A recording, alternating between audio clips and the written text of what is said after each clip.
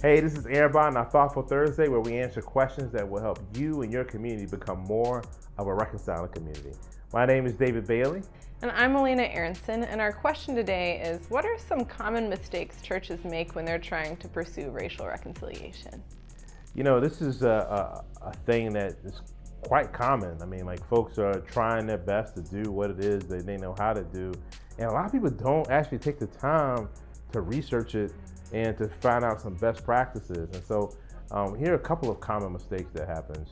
One of the first things that people will attempt in, as it relates to working on reconciliation, is they try to work on visual diversity and just only like kind of make changes on the surface level. And what I would mean by that is like the people that are reading scriptures or on a worship team, or they may or may not even diversify the preaching, but a lot of things of that nature, they try to visually make sure they have the right kind of colors or multiple colors up on stage. I do think that is a positive thing, but when you're only doing that but not really dealing with stuff on the surface level of how decisions being made and what's being said, and are we actually representing the actual people's cultures and kind of ways of doing things, that actually could become even damaging because it could feel like another form of tokenism and not actually substantive change.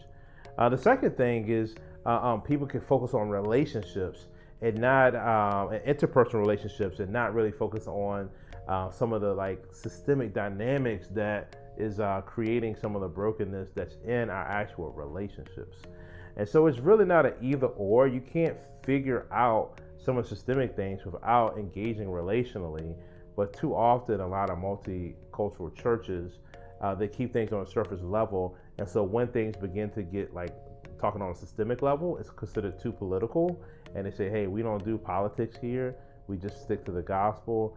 And that's oftentimes being defined very narrowly in a very personal way, and not a broader way as it relates to people and people groups. Another common mistake that we find around the racial reconciliation conversation is that people focus just on the problem of separateness without asking the questions, why are our communities often separated, and whether there's any benefits to that separateness at times. In fact, the separateness of communities has been something that's created spaces of safety and protection and spaces of power and agency for minority communities. And so it's not always an evil and bad thing for those separate spaces to exist.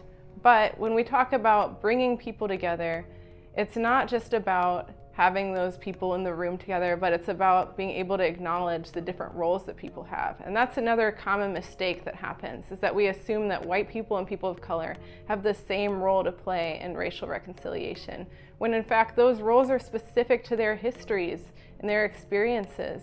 And so we have to be mindful of not creating one dialogue and one role around reconciliation, but instead being able to acknowledge the diversity within our communities. Thanks so much for watching the Thoughtful Thursday video. If you have any comments or questions, please leave it in the comment section. Please share this video with some friends or family or coworkers that might be interested. And also hit that subscribe button so that you can get your Thoughtful Thursday question for next week.